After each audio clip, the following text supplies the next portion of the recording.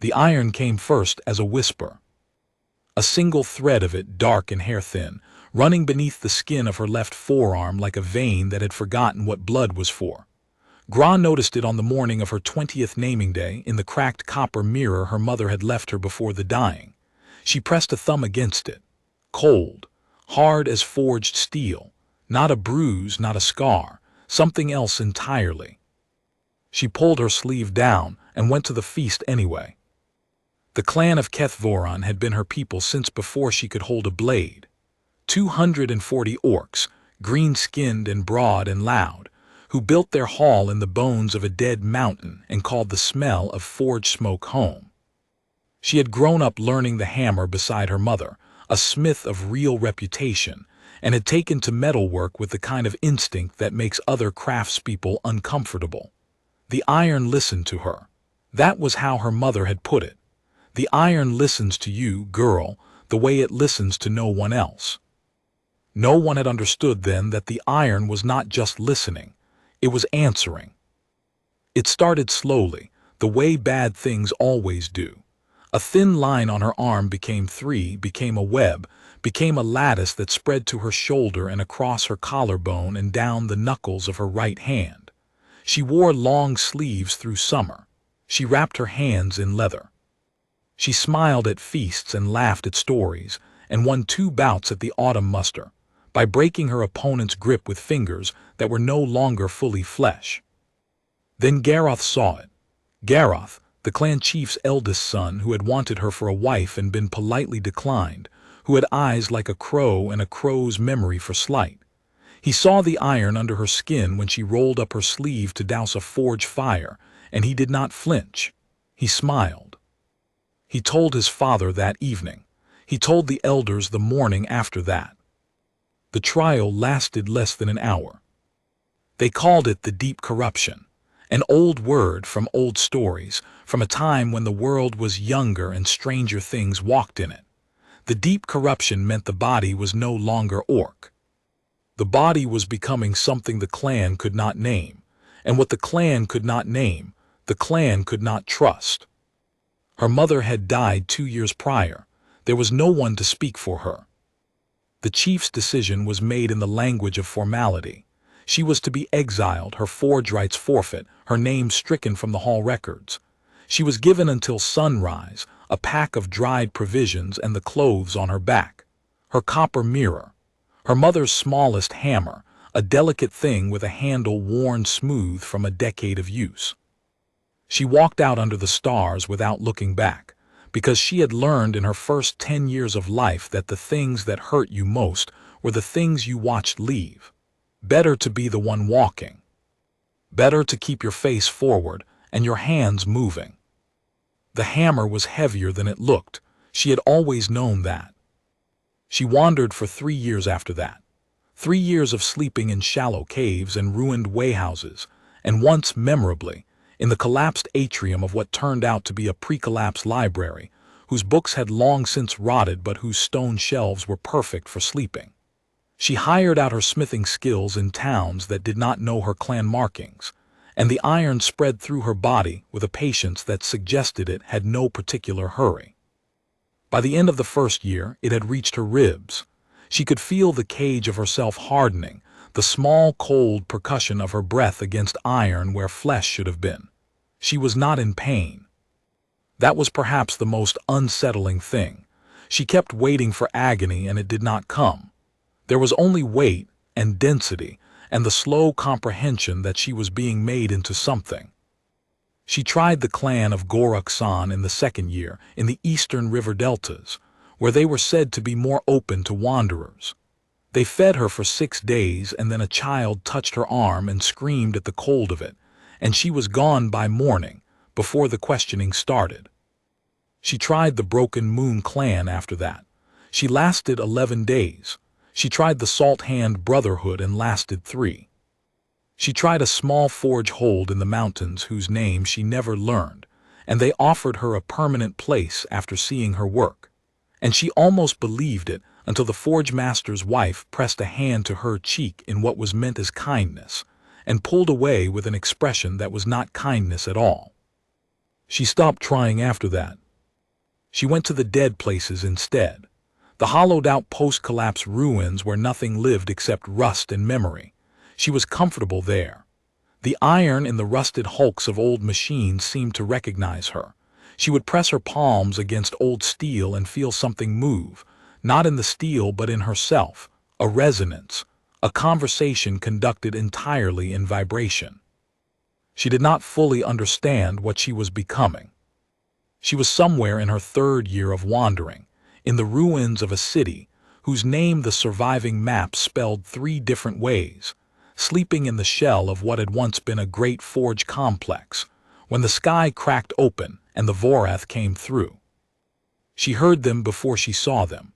A sound like 10,000 crystal bells all struck at once, a frequency that was less heard than felt in the bones, and her bones by that point were half iron, so she felt it like a hammer blow.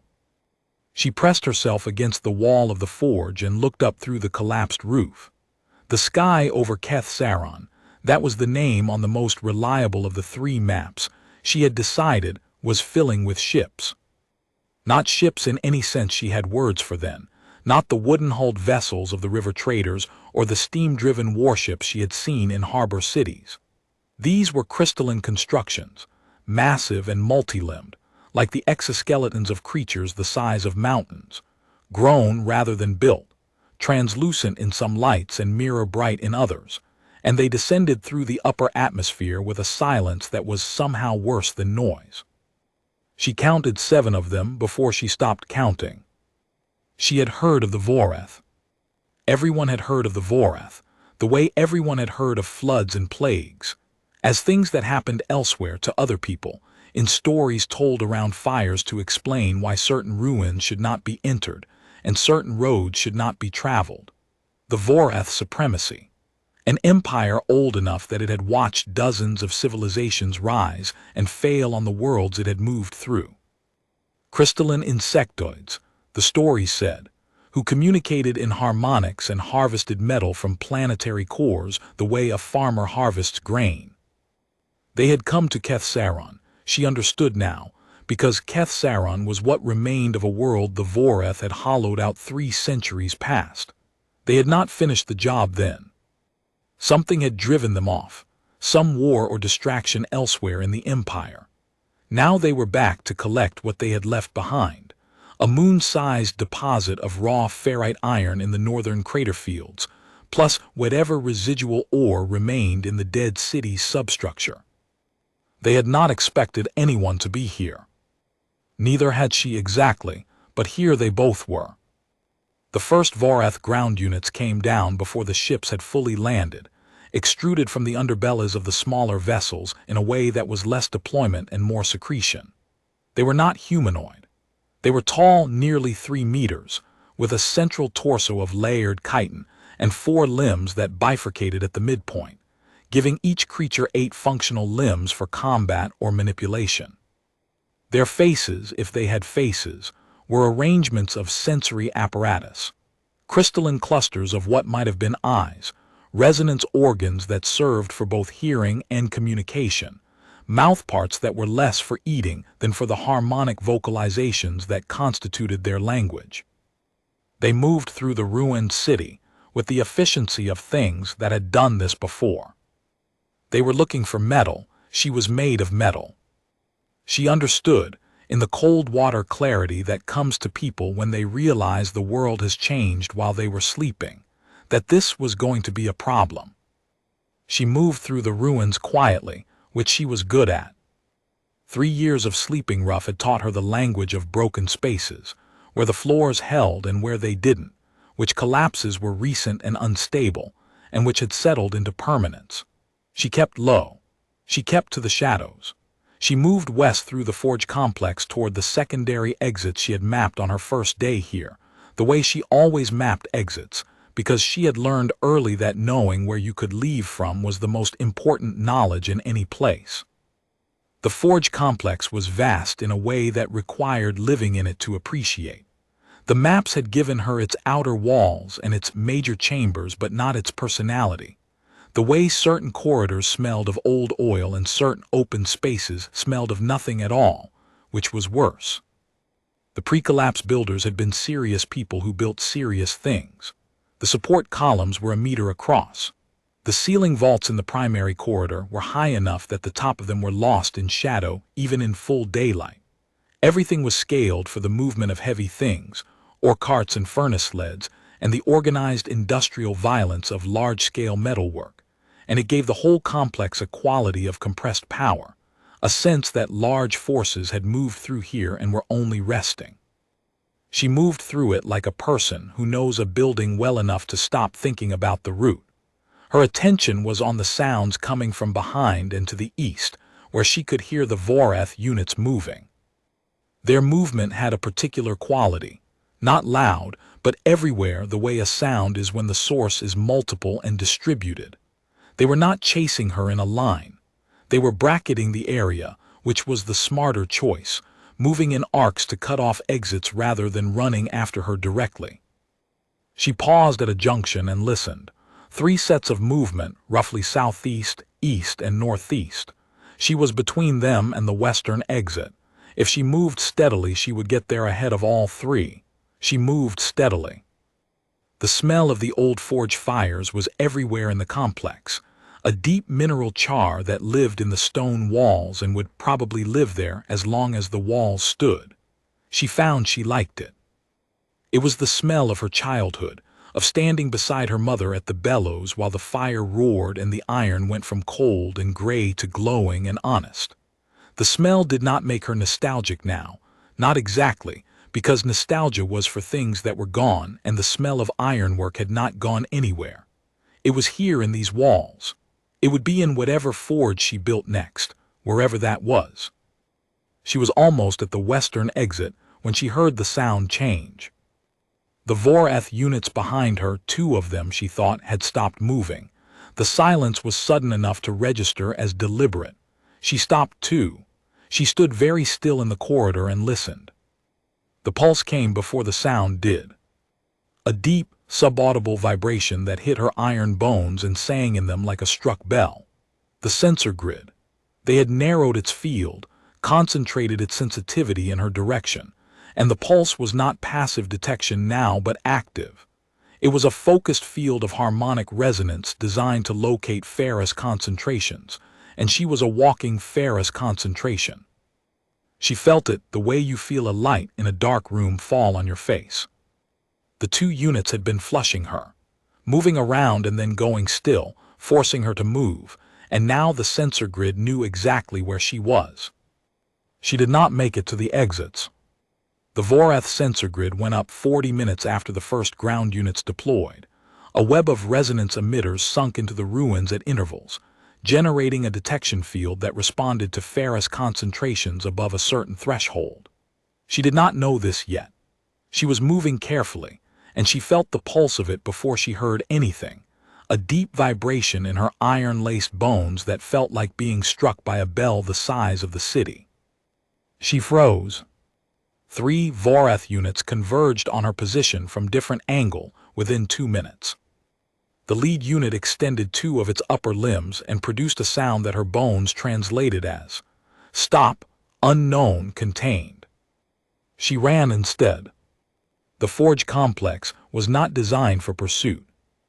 It was designed for the movement of hot metal, of ore sleds and furnace carts and the broad swinging arms of mechanical hammers, which meant the corridors were wide, and the ceilings were high, and the floor was scarred with the tracks of heavy machinery. This suited her. She had length in her stride that years of wandering had refined into something economical and enduring. The Vorath units were faster in open ground. In the corridors they were slightly less so, their multiple limbs catching on structural uprights, their collective weight bringing down sections of already compromised ceiling when they moved incautiously. She used this. She knocked over a stack of old molds at one junction, sent an avalanche of corroded iron cascading behind her, heard the harmonic screech of pursuit interrupted. She swung up a ladder she had mapped 3 days ago, crossed a mezzanine level, dropped through a hatch to the sub-basement below. She ran for 30 minutes without stopping. She lost them in the old drainage channels below the forge, narrow enough that the Vorath could not follow with any speed and dark enough that their crystalline vision clusters struggled. She crouched in the dark with her back against a wall of ancient fitted stone and breathed. She listened to her own heartbeat, or what was left of it. Her heartbeat had a quality now, a double strike of muscle and iron, like a drum with a metal plate inside it. In the dark of the channel she was visited, as she sometimes was in moments of extreme tiredness or stress, by the specific quality of memory that hits you not as an image but as a sensation. The weight of her mother's hammer in her 8-year-old hands, too heavy, badly balanced for a child, she had compensated by gripping the handle 2/3 of the way up rather than at the end the way she was supposed to. The warmth of the forge on her face. The sound of her mother's voice saying, again, just like that, "Don't fight it, listen to it." Her mother had never explained what it meant to listen to iron. She had demonstrated it instead, the particular quality of attention at the forge face, not concentration exactly, but a kind of receptiveness, a willingness to let the material tell you something before you started imposing your intention on it. Most smiths forced. Her mother received and then responded, and the iron she worked had a quality that other smiths' iron did not have. Alive was not the word. Honest was closer. The iron came out of her mother's forge knowing what it was. She had carried that memory through 3 years of exile and every clan door that had shut in her face. She carried it now in the dark of a drainage channel on a dead world with a Vorath search pattern tightening above her. Her mother had died not knowing what the thing she had sensed in her daughter was. She had felt it, had given it the only name she had, the iron listens to you, and had died before she could see what it became. She thought, I will not die before I see what it becomes, either. She thought about what she had seen, 7 capital ships, dozens of ground units deployed in the first wave alone. They were not here for her specifically. They were here for the iron in the crater fields to the north. She was a complication, a contaminant, an anomaly their sensor grid had flagged and their protocol demanded they contain. She did not intend to be contained. She found a sheltered hollow deep in the drainage network, an intersection of 3 channels where someone in the distant past had built a small maintenance shelter, 4 walls and a partial roof. She spread her bedroll, ate sparingly from her pack, and lay on her back in the dark and stared at the ceiling and thought. The iron in her was not passive. That was the thing she had spent 3 years slowly learning and then slowly refusing to fully accept. It was not an illness. It was not a corruption. Her mother had said the iron listens to you, and she had been wrong or not entirely right. The iron did not listen to her. The iron was in conversation with her. It had been since the beginning, asking her something in the language of vibration and resonance, and she had been answering without knowing it every time she stood at a forge and felt the metal respond to her hands. She had never, in 3 years, tested what that conversation could become if she chose to drive it. She lay in the dark and let herself feel the iron, not just in herself but around her, the rusted pipes of the drainage channel, the corroded reinforcement rods in the walls, the ancient machine bones of the forge complex above her. It was all there, quiet and waiting. She pressed her palm flat against the floor. She did not force anything. She listened. The iron moved. A tremor, small and precise, ran through the pipe nearest her hand. It shifted 6 inches along the floor in a direction she had not pushed it, as if it was repositioning itself in response to some impulse she had not consciously sent. She stared at it. She did it again, deliberate this time. She reached not with her hand, with some part of herself she had no name for, that lived somewhere between her sternum and her spine, and she pushed. The pipe came off the wall. She sat up. Her hands were shaking, which meant her hands could still shake, which meant some part of her was still flesh and still capable of being afraid. She looked at the pipe lying on the floor in front of her. She had moved it from 4 feet away without touching it.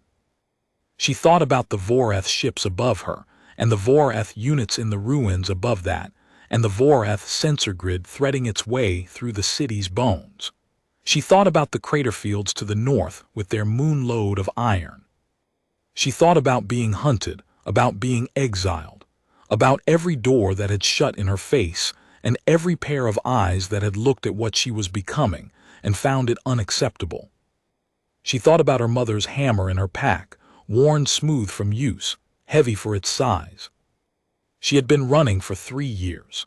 She had been running from things that could not be run from, because the iron did not stop spreading, because the sensation of the world's metal humming against her bones did not quiet, because what she was becoming was a thing that could not be wandered away from. You could exile yourself from every clan in the known world, and you would still wake up in the morning more iron than you had been the day before. She had a choice. She could run from the Voreth as she had run from everyone else, find a way out of Kethsaron, lose herself in some other ruin on some other half-dead world, wait and hope that the Voreth sensor grid would not follow her. Or she could stop running. She slept 4 hours in the maintenance shelter, the focused sleep of someone who has made a decision and cleared the anxiety away, and she woke to the deep harmonic pulse of the Voreth grid tightening above her. They were narrowing their search pattern. They had logic on their side. A living thing in the ruins had to eat, had to move, had to eventually break cover. The grid would squeeze inward until she had nowhere left to go. She climbed back up through the drainage network to the Forge Complex sub-basement, moving quietly, feeling her way through the dark by the iron she could sense in the walls. She came up through a different hatch than she'd gone down, emerging into a corridor full of morning light coming through a collapsed section of roof. She could hear Voreth units somewhere to the east. She moved west, toward the deep forge chambers, the oldest part of the complex. She moved through 2 intermediate chambers first. One had been a tool store. The racks were bare now, emptied by whoever had left last or by looters in the decades after, but the hooks were still in the walls at regular intervals, and the iron of them sang faintly as she passed. The second chamber was larger, high-ceilinged, and the floor was covered in a fine gray dust that her footsteps disturbed into small rising clouds. She moved across it carefully, staying close to the walls, placing her feet with the precision of 3 years of moving through ruined spaces. The Voreth behind her had changed their search pattern. She could hear it, the sound of multiple units moving in coordinated arcs through the complex, not chasing but containing, spreading through the available space the way water fills a vessel, blocking exits systematically. They were more methodical than she'd expected. She had hoped they would pursue directly, which would let her use the complex's confined geometry against them. Instead, they were treating the whole structure as a perimeter problem, and she was inside the perimeter. She thought about this while she moved. She thought about the Voreth sensor grid and what it could and could not tell them. It could tell them where ferrous concentrations were. It could not tell them, presumably, what a ferrous concentration intended to do. They knew where she was. They did not know where she was going. She found it where the maps had suggested it might be, the Master Forge, a space the size of a civic hall, with a ceiling lost in shadow and a furnace pit at the center that had not been cold for long enough that the stone around it had turned black. The machinery here was large and old and iron-rich in a way that made her bones ring softly. Hammer frames, bellows mechanisms, an ore conveyor of a design she had never seen, some pre-collapse engineering that had moved tons of raw material and now sat silent, draped in the rust that was patience made visible. She walked to the center of the room. She stood beside the dead furnace pit. She set her pack down. She took out her mother's hammer and held it in both hands and felt the weight of it, the worn wood of the handle, the small imperfections in the iron head that she had spent years pretending not to feel. She thought about her mother standing at a forge, hammer in hand, saying, "The iron listens to you, girl." She had spent 3 years thinking about the listening. She had never thought about what happened when you stopped waiting to be listened to and started speaking. She spoke, not in words, In the thing she had been doing accidentally for years, the resonance, the reaching, the conversation without language. She did it with her whole self this time, not just the incidental overflow of proximity, not the passive answering of the iron's questions. She opened the conversation fully. The forge complex answered. The Orc conveyor shuddered. Rust cascaded from its joints like shed skin. The hammer frame swayed. The machinery in the walls, the drive shafts and the gear systems and the century-old iron bones of the building began to vibrate at a frequency she could feel in her teeth. Something deep in the substructure shifted, a groan of metal finding its voice after long silence. She heard the Voreth sensor grid spike. She heard it in her bones. They had found her. Of course they had. She was flooding their detection field with the biggest Ferris signature they had recorded on this world. Good. The first Voreth unit came through the south entrance at a run, leading with its upper limb weapons extended, and stopped when it saw what was happening in the forge. She did not look at it. She was busy. The Orc conveyor had begun to move, the heavy iron chain links of its mechanism flowing across the floor toward her like a slow tide, and the hammer frames were bending, their mechanical joints creaking, reorienting toward her the way a compass needle finds north. She was the north. She was whatever this dead machine heart had been waiting for. More units came through the southern entrance. Then through the eastern wall where there had not been a doorway until 30 seconds ago, and a Voreth unit's 8 limbs made short work of old stone.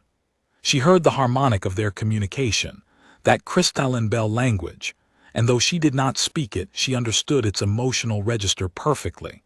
Alarm, query, the sound of a prepared protocol meeting something it was not prepared for.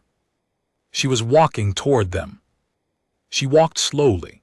She was covered in the Orc conveyor chain by now, not wrapped but accompanied, the iron following her the way iron filings follow a magnet, spiraling around her arms and torso in a slow helix. The ore grid on the floor was rising, the fine metallic dust of 300 years of milling, rising in a column around her as she moved. The hammer frames had torn themselves free of their mountings and were orbiting her at a distance of 4 meters, enormous iron implements moving with a slowness that was not gentle. The Voreth unit in the front of the group produced a sound she interpreted as stop or halt, or the word that means this is your last warning. She did not stop. It attacked. The weapon it used was crystalline, she saw that much, a focused harmonic emitter that could vibrate matter apart at a molecular level. It produced a sound like a tuning fork being struck against a bell the size of a cathedral, and it hit her dead center. The iron in her body absorbed it. She felt the resonance enter her through her sternum where the iron was densest, and she felt it travel through her like a fast song, vibrating, seeking something soft and biological to destroy, and she felt every piece of iron in and around her answer it. Not defensively, harmonically, the way a struck note finds its chord. The blast reflected. Not back at the unit directly. It scattered in a ring, a circle of disrupted harmonics that blew through the forge complex like wind, sent the Voreth unit's grip on 2 of its supports snapping, sent 3 of the units behind it into the walls, sent the ceiling of the eastern section grinding and settling 2 feet lower on its supports. She kept walking. She had the Orc conveyor chain around her shoulders and the hammer frames orbiting her and the iron dust rising around her in a column, and she walked toward the Voreth units, and she felt something she did not have a previous word for. Not rage, not triumph, something older and more specific. The feeling of a thing that has been running for a very long time, finally turning around to face what was behind it. The master forge was magnificent in its destruction. The bellows mechanism had come apart along its seams, the great iron ribs of it opening like a flower, the mechanism driven by the same pull that had claimed the hammer frames. She was walking through a room that was reorganizing itself around her, iron structures built over 3 centuries of careful engineering coming apart along their seams and reforming in her orbit, in her gravity, and she was not asking them to do it. She was only being what she was. She was only letting the conversation be complete. The Vorath units incoming from the east slowed when they saw it. She could see them at the far end of the forge, 8 or 9 of them, their crystalline sensor clusters processing the scene with an intensity she could feel as a faint pressure. They were communicating with each other in rapid spike harmonics, the short, precise bursts of tactical language. She heard in it the beginning of something she recognized from the night at the trial that had lasted less than an hour, from the clan chief's decision made in the language of formality. The process of categorizing her as a problem with a predetermined solution. She did not intend to be a problem with a predetermined solution. The next 4 Vorath units attacked simultaneously. 4 harmonic emitters, 4 perfectly modulated frequencies designed to shatter biological matter, aimed at the same target. She held her hands out and she gathered them. It was not quite conscious. She did not plan it. Her body did what bodies do when they have been slowly learning something for 3 years and finally encounter a circumstance that requires the complete lesson. It acted. The iron in her arms flared, the same black vein lattice that had started as a thin thread under her left forearm, flared and expanded and reached outward, and the 4 harmonics hit her and went into her, and she was a bell struck by 4 hammers and she rang. The sound she produced was not humanly possible. She knew that even as she produced it, something had changed in her resonant structure, in whatever the iron had been slowly rebuilding inside her chest, and the sound that came out of her when those 4 frequencies met inside her and she returned them was a chord. A chord in a language she did not speak but her bones knew. It said, "I am not prey." The 4 units went down, not destroyed, overwhelmed. They folded in a very precise way, the way a crystal structure folds when you find its specific resonant weakness, the way a lock opens when you find the right key. They did not shatter. They went quiet in a manner that suggested a kind of temporary catastrophic error in their systems. She walked through them and out the northern exit. She ran north through the ruins of Kethsaron, and running felt different now because she was not running away. She was running toward. The crater fields were 4 kilometers north of the forge complex, and she covered them in the pre-dawn dark, moving through the ruined street grid and the collapsed wayhouses and the places where the pre-collapsed city's bones jutted through its own skin. The iron sang to her the whole way, the buried foundations, the reinforcement in the old walls, the metalwork under the soil. A constant harmonic hum that she heard not in her ears but in the bone behind them.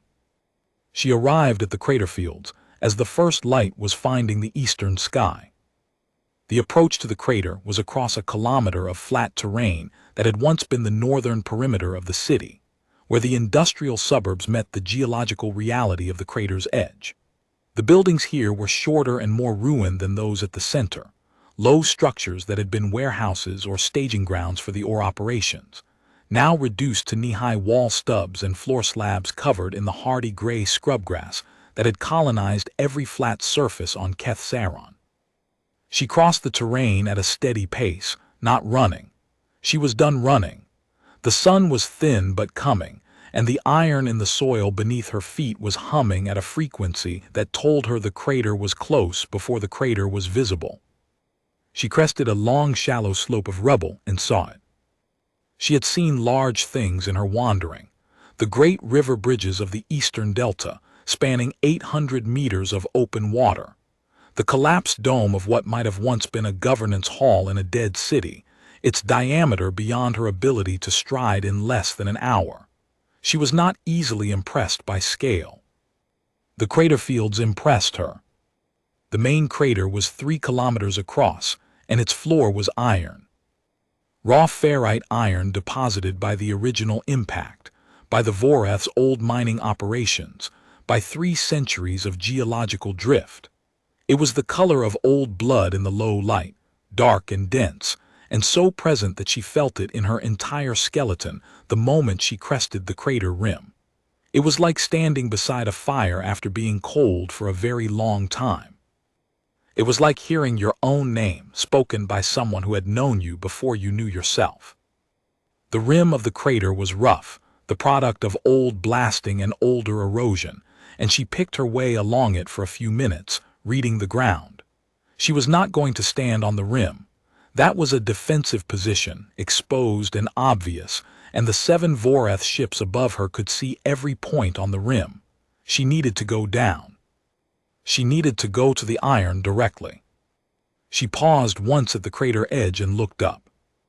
The ships were still there, all 7. They had not pursued her from the forge complex directly. The reorganization she had caused, the 6 units incapacitated, the structural damage to the master forge, had given them a tactical problem to process before they could redeploy. She had bought herself time in the forge. Not unlimited time, but time enough. She looked up at the ships and they looked down at her, and the harmonic communication between them was too rapid and complex for her to read at this distance, but she could feel its register, not comfortable. Good. She climbed down into the crater. The iron responded to her footsteps. Each step she took on the crater floor sent a small, sympathetic tremor through the deposit, the way a step in shallow water sends ripples. She could feel its mass, enormous, 3 kilometers of depth she could not see, iron laid down layer by layer over geological time. She could feel the Voreth's desire for it, which was to say she could feel the way the Voreth ships above were broadcasting something she could only describe as hunger in the harmonic register. She pressed her palms flat against the crater floor, and she sent her voice down. She did not ask it for anything. She introduced herself. This was a distinction that mattered, she understood now, in the way you understand things that were true before you had the language for them. She had spent 3 years fighting against what she was becoming. She had spent 3 years apologizing for her iron bones to every set of eyes that flinched at the cold of them. She had never once simply said, "This is what I am. Here is my name. Here is the full conversation I have been avoiding." The iron deposit was not alive. She was clear about that. It was not a creature, not a mind. But it was responsive in the way that very large things are responsive to the precise frequency. And she was, at this point, very close to being made of the same thing. The deposit sang.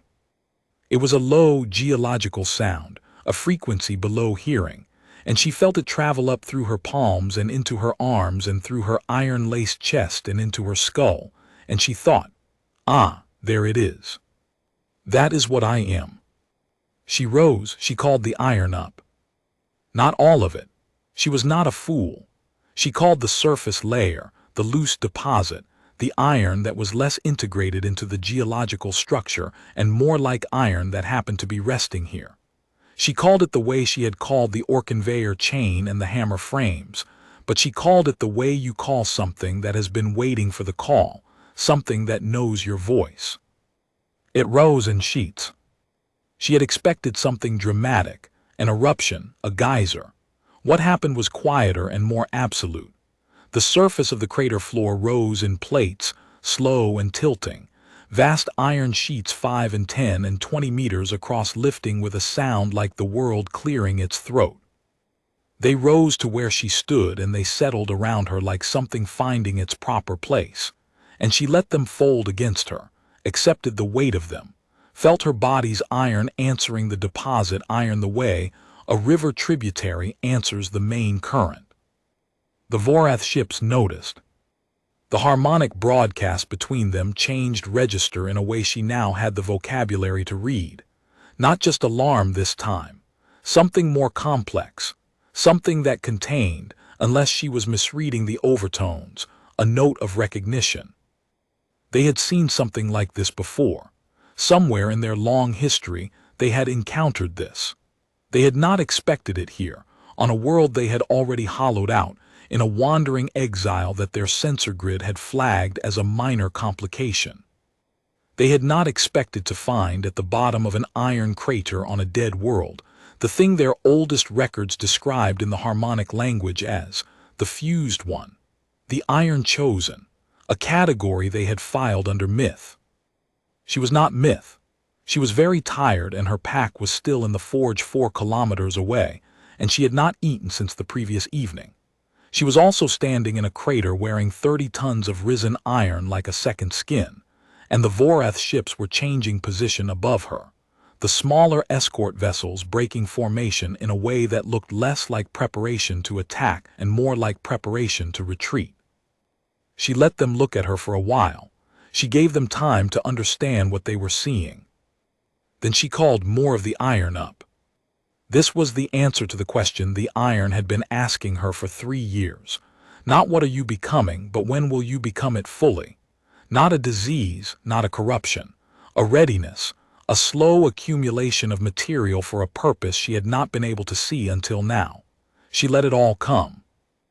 Let the iron that had been threading through her body for 3 years, and the iron of the deposit, and the iron in the crater walls, and the iron in the ore-rich soil for a kilometer in every direction come together, come into her and around her and through her, until she was not simply a person with iron in her bones, but a person who was, in some fundamental structural sense, the iron. It did not hurt. It sang. There was a Vorath unit standing at the crater rim. She could sense it the way she could sense all the metal in its weapon systems and its communications array. It had been watching her from the moment she entered the crater. It had not attacked and it had not retreated. It stood very still, and its harmonic register, which she could now read with something approaching fluency, was not the aggressive spike of the units in the forge or the alarm note of the ships above. It was something else, a clear, sustained tone, observation, attention. She climbed back up the crater slope to where it stood. Up close, a Vorath unit was extraordinary. The chitin layers of its torso caught the early light and threw it back in spectrums, a prismatic complexity of surface. Its crystalline sensory clusters were processing her with an intensity she could feel as a light pressure against the iron in her face. It was 3 meters tall, and she was not quite 2, and they stood on the crater rim in the early light of a dead world and looked at each other with the quality of attention that passes between two things that have recognized something important. She found she did not have words adequate for what she wanted to say. She settled for the thing her body said for her, involuntarily, the way it always had. She let the iron speak. She produced a chord, not the defensive ring of the forge, not the vast geological vibration of calling the deposit, but something small and precise and deliberate. A greeting in the only harmonic language she had. A phrase that meant, I am here. I was here before you came. I will be here when you leave. The Vorath unit was still for a long moment. Then it produced a sound she had not heard from any of its kind yet. A sustained, complex chord that she did not have the harmonic vocabulary to fully interpret, but that contained, among its many layers, a note she could identify. The note was recalibration. The Vorath ships above her adjusted formation, not to an attack position, to something else, a configuration she had no prior experience of, that her instincts interpreted as parley, a waiting posture. The harmonic broadcasts between the ships had changed register entirely, the sharp, quick spike talk of tactical coordination replaced by something longer and more deliberate. She stood on the crater rim with 30 tons of iron settled around her like a cloak, and the deposit below her singing and the ships above her waiting, and she felt, for the first time in 3 years, no urgency to move. She was not running. She was standing still. She was standing still on a dead world with her name sung back to her in a language she had only just learned, in a place where no clan had rights and no exile could reach her, and the feeling was large enough that she did not have an immediate use for it, and simply let it rest in her chest where the iron was thickest. She thought about Garoth's smile, and the trial that had lasted less than an hour, and the copper mirror in her mother's hammer. She thought about every door and the specific texture of each rejection, the way they had all shared a quality beneath their surface differences, a quality that was really just fear wearing formality's clothes. She thought about 3 years of knowing that the thing she was becoming was real, and having no one who would let her become it in their presence. The Vorath commander descended. The capital ships did not land, but the largest of the escort vessels settled at the northern edge of the crater field, and from its underside, a single unit emerged, alone, and walked across the iron terrain toward her. This unit was larger than the others, its chitin layers more complex, its resonance clusters broader. It moved with the particular quality of something that makes decisions. It stopped 10 meters from her. What passed between them in the next hour was not a conversation in any language she had previously spoken. It was harmonic. It was long and it was imprecise, and she understood perhaps 40% of it, and it understood perhaps 60% of her, but it was real, and it was a beginning. She understood. The Vorath had come for the iron. They had surveyed Kethsaron 300 years prior and flagged it for full harvesting. They had a logistical claim, in the framework of the Supremacy's territorial protocols, to the Craterfield's deposits. She understood also. She was currently bonded to those deposits in a way that the commander's instruments could not fully quantify, but which was registering in the Supremacy's oldest taxonomic records as a category that their territorial protocols had no clear guidance for. The iron was not simply in her.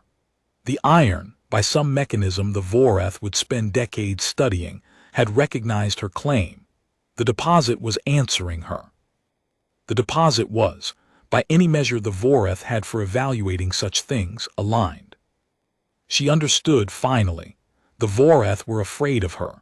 Not the way the clans had been afraid of her, the social fear of the unfamiliar, the tribal anxiety of the unmarked. They were afraid of her the way a very large and well-armed organization is afraid of something it cannot quantify on its threat assessments. She was a variable they had not accounted for. They were accustomed to taking iron from worlds that did not argue. They were not accustomed to worlds that argued through a person. She thought carefully about what to say. She said it in iron. She let the deposit speak beneath her feet, let the 30 tons of surface iron settle around her into a configuration that the Vorath commander would read as a statement of position. Not aggressive. Present. She was here and the iron was her, and the question of who held the claim to Kethsaron's crater fields was, as of this morning, answered. The commander was still for a long time. It produced a tone she had not heard before. It was not alarm, not recognition, not the recalibration note she had heard from the unit at the crater rim. It was a tone she would spend the next several months learning to fully interpret, but which she understood enough of in that first hearing to identify its basic character. It was the tone the Vorath used for the beginning of a negotiation. She had no clan. She had no hall. She had no rights recognized by any polity she had ever encountered in the known world. She was standing in a dead city on a hollowed-out world wearing iron like a second skin, without a pack, without a hot meal since the previous day, with a small hammer in her belt that had belonged to her mother and nothing else she could point to and call hers. She sat down on the crater rim because her legs were tired, and she looked at the Vorath commander across 10 meters of iron-dark soil, and she began to negotiate. She was not fast. She was not eloquent. She had no treaty training, no knowledge of supremacy territorial law, no diplomatic experience whatsoever. What she had was 3 years of being turned away from every door she had approached, and in those 3 years she had become a person who understood, with a precision that formal training cannot give you, exactly what she needed and exactly what she would not accept. She needed a place to exist as what she was. She needed it understood by whoever would need to understand it, that what she was and what she was becoming was not a corruption and not a disease and not an aberration that required correction. It was a thing. It was a real thing. It had a name in the Vorath's oldest records in the harmonic language, and the name translated very roughly, she would learn later as the one the iron calls home. She would not accept being driven off a world again, because something in her scared the people who arrived. The Vorath commander listened. It had good stillness for listening, she gave it that. She communicated the needs the way she communicated everything now, partly in the crude, harmonic vocabulary she had acquired over 3 hours of necessity, partly in the iron itself. She let the deposit speak her intentions. She let the scale of what the iron had done in the crater, the way the surface layer had risen to her, the way the deposit had aligned itself, communicate the argument that her improvised harmonic language could not fully make. She was not a squatter making a territorial claim. She was not a wanderer insisting on rights she did not have. She was the person who held the conversation with this particular iron. She was to the crater fields of Keth-Saron what a forge master was to a forge, the relevant authority. The Vorath commander spent a long time being still after each thing she communicated. She respected this. She had made her own decision quickly, at the bottom of the drainage channel the night before, but decisions about large things that will last a long time are better made slowly. She waited while the commander processed. She did not fill the silences, because she had learned in exile that people who fill silences are usually filling them because the silence makes them afraid, and she had used up her allocation of being afraid for this particular set of circumstances. The negotiation took 3 days. She slept in the maintenance shelter the first night, in the ship's offered quarter the second and third. She ate from her pack, and then from the food the Vorath provided, which was not food in the sense she was used to and which she ate anyway because it was offered, and she was hungry, and she had learned early that refusing a meal on principle was a luxury available only to people who were not hungry. She drank water from the ruins' old cistern systems, which still held some reserves. On the morning of the 4th day, she and the commander produced, between them, in a language that had not existed before the two of them invented it on a crater rim, an agreement. The Vorath would leave the main deposit alone. The bonded iron, the deposit that had aligned itself to the fused one, was, under the terms she had fought for, no longer available for harvest. They had other deposits on Keth-Saron, the secondary ore fields in the eastern highlands that she had no bond to, and they were welcome to those. In exchange, she would function as a contact point, not a subject, not a managed resource, but a contact point, for future interactions between the supremacy and whatever this thing was that she represented. Neither of them had a good word for what she represented. They settled on that ambiguity. Some things are better named later when you have more information. She watched the harvest ships move to the eastern highlands and begin their work, and she stood on the crater rim and felt the deposit beneath her settling into a new configuration, a more permanent one, a relationship formalized by agreement rather than accident. She had a place to stand. She had a claim recognized by the largest empire she was aware of.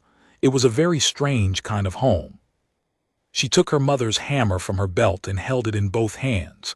The iron head was warm, not from the sun, which was thin this early. Warm the way her bones were warm now, from the inside, from the conversation that had been building since she was born. The iron listens to you, girl. Yes, she thought, and now I know what it has been saying. She did not build a hall on Keth-Saron. She built a forge, a modest one in the old forge complex, using the existing structure and the iron of the Orc chain and the remnants of the hammer frames and everything else she had moved in the long night that had changed things. She worked slowly and carefully. She had time. The forge fire was the hardest part. She had no conventional fuel source. She solved this the way she solved most things now. She asked the iron for help. She found that the deposit beneath the crater had thermal properties she could access, a slow geological warmth that she could draw up through the crater floor and direct, and she understood that the forge smiths of the pre-collapse civilization had known this, had built the original forge complex here for exactly this reason. She was not the first person to stand on this ground and be taught by the iron beneath it. She was a continuation of something. She found that continuity a comfort. She worked the forge alone for several weeks, making things she needed and things she wanted, and things she made for no reason except the pleasure of making them. Small objects, a set of tools, a new handle for her mother's hammer, carved from the dense gray wood that grew in the ruined city's northern quarter in stubborn defiance of everything. She fitted the old iron head to the new handle and weighed the result in her palm. Better, still heavy, still right. One day, a small Voreth research unit arrived at the forge complex with a harmonic communication she translated as, "We would like to understand you." She told them they were welcome to observe but not to touch the deposit without asking first. They agreed. They came back several times. She learned more of their language. They learned something about her. It was not a friendship. It was a working relationship, and she had learned in 3 years of wandering that a working relationship, honestly conducted, was not a lesser thing than friendship. It was a different and in some ways more durable thing. On the day the first caravan arrived, 3 wagons of scrap traders from the northern territories, who had heard from someone who had heard from someone else that there was a smith on Keth-Saron who had an unusual relationship with iron. She wiped her hands on her leather apron and went out to meet them. They were nervous. They had heard stories. She did not look like the stories. She looked like a woman at a forge, sweating and iron-dusted, with a set of tools at her belt and an expression that said, "I'm busy, but I'm listening. What do you need?" They needed ironwork. They had ore they could not properly refine and blades they could not properly set, and a wagon axle that had cracked under an unusual load and needed reworking. She looked at each problem with the attention it deserved. She gave them her terms, which were fair. They accepted. She worked through the afternoon and into the evening, and she felt the fire beneath her hands and the iron answering her questions, and the hammer falling with the rhythm her mother had taught her before she had any idea what she was. And she thought about 3 years of doors, and the long patience of iron, and the strange geometry of how things come to be what they are. The traders left at nightfall with their ironwork done. One of them, a broad woman with scrap dealer's hands and the careful eyes of someone who had learned to assess things fast, paused at the forge entrance on her way out. "You're the one they're calling the Iron Woman," she said. "I've heard that," Gra said. "What do you call yourself?" Gra looked at her for a moment. She thought about the trial that had lasted less than an hour. She thought about her name stricken from the records of the hall. "Gra," she said, "just Gra." The trader nodded, orc eyes appraising, not flinching at the iron lattice visible at Gra's throat and jaw, reassessing maybe, filing the information away. "Good work," she said and left. Gra turned back to the forge. The fire was low. She rebuilt it with a gesture that cost her nothing. The hammer was in her hand. The iron was humming below her, a long, quiet conversation that had no urgency in it, that would continue whether she slept or worked or stood still on a crater rim watching ships negotiate the sky.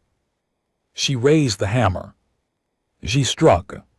The sound of it rang out through the old forge complex, and through the dead city, and up through the still air of a world that had been quiet too long, and in the harmonic register that the Voreth ships in the eastern highlands were still monitoring. It registered as a clear, sustained, specific tone. Not a warning, not a question. A name.